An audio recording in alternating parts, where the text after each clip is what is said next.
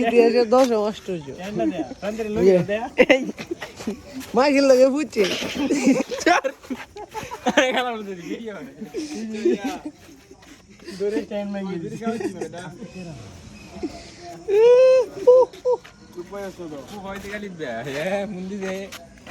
তোরে ফোন দিছি না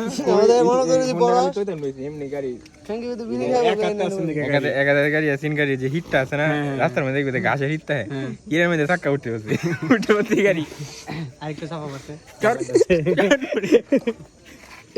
প্লিজ আরো কিছু বলেন প্লিজ